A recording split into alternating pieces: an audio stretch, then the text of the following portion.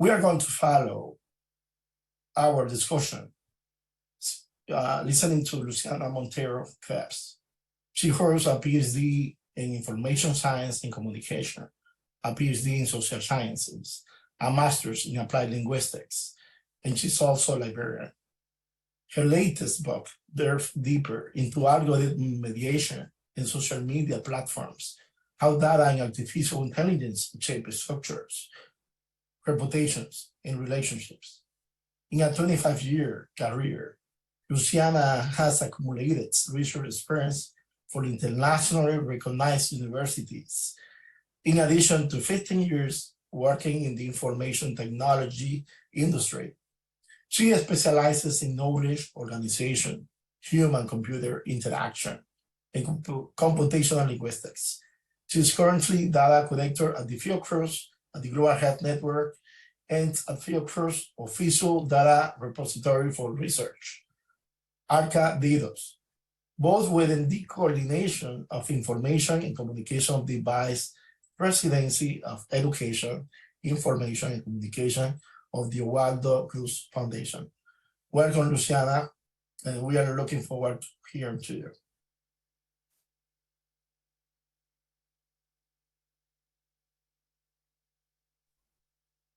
Thank you, Julio, and thank you all for attending. I'm thrilled to be here. And while the previous talk noted ethical issues in the production of research, mine relates to the ethical issues in consumption of research. And I would like to start by sharing a quote which very much inspired my latest research.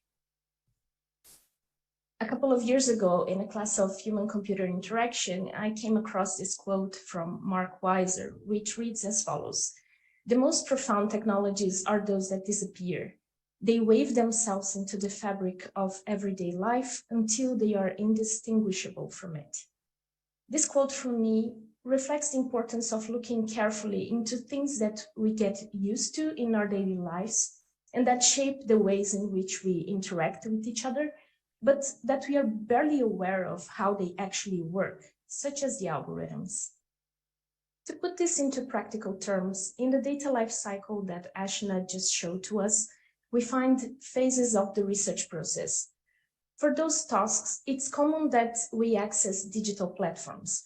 For instance, we go to academic databases such as PubMed and Web of Science for consulting literature.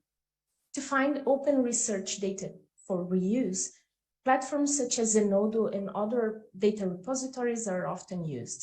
And to look for researchers' profile, but also literature and data sets, we consult digital platforms known as academic social media, such as ResearchGate and Academia. All of these platforms offer recommendations of content based on algorithmic mediation. Whenever you see the words suggested to you or best matched to your search, these contents are recommended by an algorithm. So algorithmic mediation can be defined as the use of automated mechanisms to deliver personalized content to users of digital platforms. They normally involve the user's demographic info, their browsing history, the metadata of the content itself, and the behavior of similar users in the platform. The algorithm then calculates similarity between contents and users to infer how relevant a certain content can be to the user. The reflections I'll bring today rely on the results of 3 multidisciplinary research projects developed in Brazil and in Belgium, but involving platforms based in seven countries. These projects had multi-method approach, ranging from company inquiry to code inspection. In this short video, there is an example of the code inspection. I compared information from the actual code on the web page with information from several sources, such as the interface and the patent of the digital platform, to then investigate the impact of technical decisions on research as a whole. And here are some of the reflections I would like to share with you today. The case study with academic social media platform showed that almost all the content in the platform is algorithmically mediated. This goes for researchers to follow, papers to read, jobs to apply for, and etc.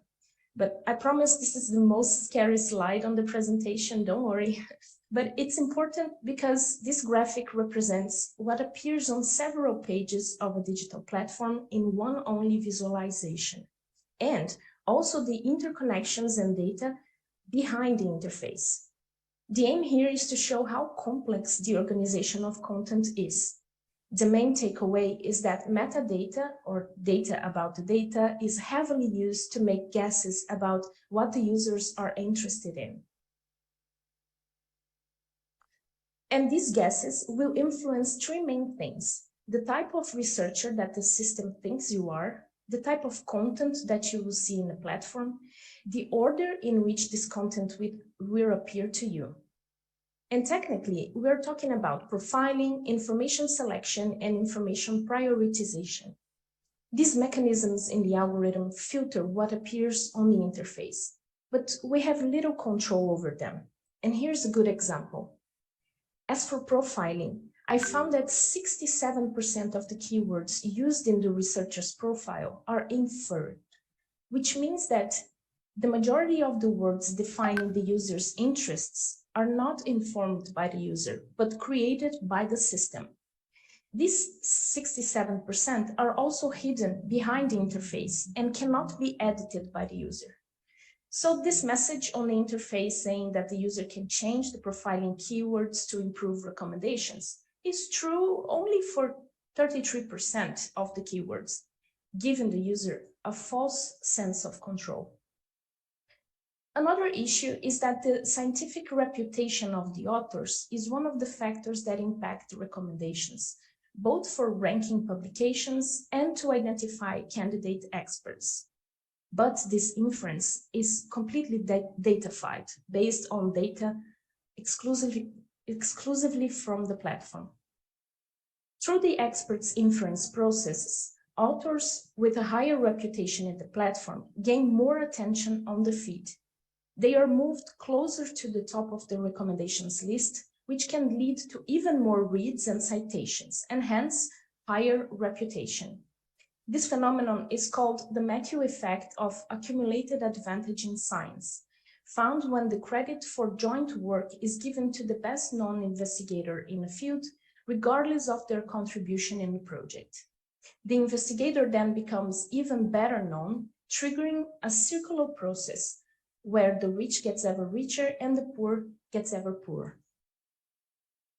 As for information selection, the algorithm deploys automated decision-making to select the content that will be shown to the user, based on inferred relevance. Even though the user can decide on what to click, automated filtering narrows the universe of choice of the content. Research shows that when compared to search engines, social media platforms tend to exhibit more homogeneity bias. Now let's look to prioritization. Digital platforms use artificial intelligence and machine learning to read and automatically index scientific literature, creating keywords to represent the topics of the publications. These keywords, along with other metadata, are used to organize the publications in a certain order, prioritizing the content. The most popular academic social media index their content exclusively in English, which means that publications written in any other idiom, regardless of the quality of the journal where they were published, will receive poorer automatic indexation.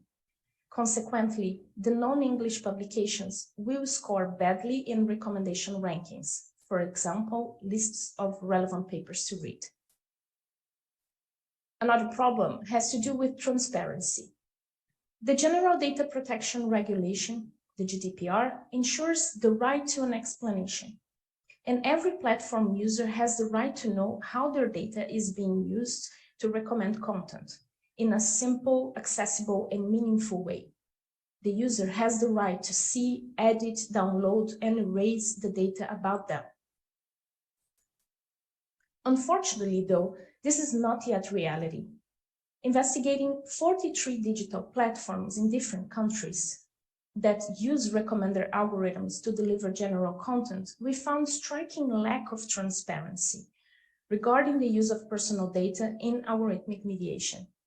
Some content providers took 120 days to reply, many didn't reply at all, and others denied the use of automated decision-making, even though we found evidences of algorithmic mediation in their platforms.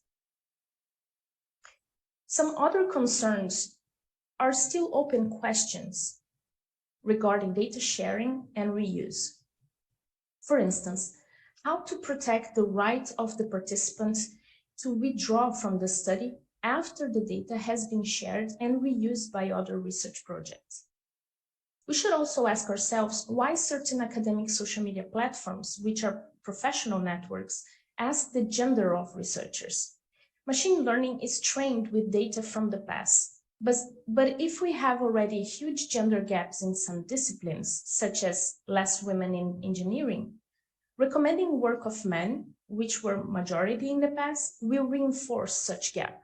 If you keep being shown male references, you're probably more likely to eventually cite one. In sum, today I showed that algorithmic mediation shapes the content and the interactions of researchers in digital platforms through different strategies, including profiling, selection, and prioritization of content. These mechanisms can trigger distortions and biases in scholarly communication, such as the homogeneity bias, the popularity bias, the Matthew effect, etc. The high level of inference of the user's profile can also threaten their autonomy. If the keywords that define who you are in a platform are hidden and impossible to change, and nearly 70% of them are guesses from the system, how self-directed are you? So I invite you to think about how technologies that we can barely see can impact our work and the ways we consume and disseminate research outputs. Thank you so much for your attention. Back to you, Julio. Thank you, Luciana. Thank you very much for sharing the results from your projects. Amazing work. I am very impressed because of the insightfulness of your work. So in the chat box, you all can find the full citation of the paper. Is in there. Please go there and try to click in this link so you can read further this work. And there are so many questions already in the Q&A box. So we plan to take some of them at the end of the session to discuss further. So let's continue with our next speaker.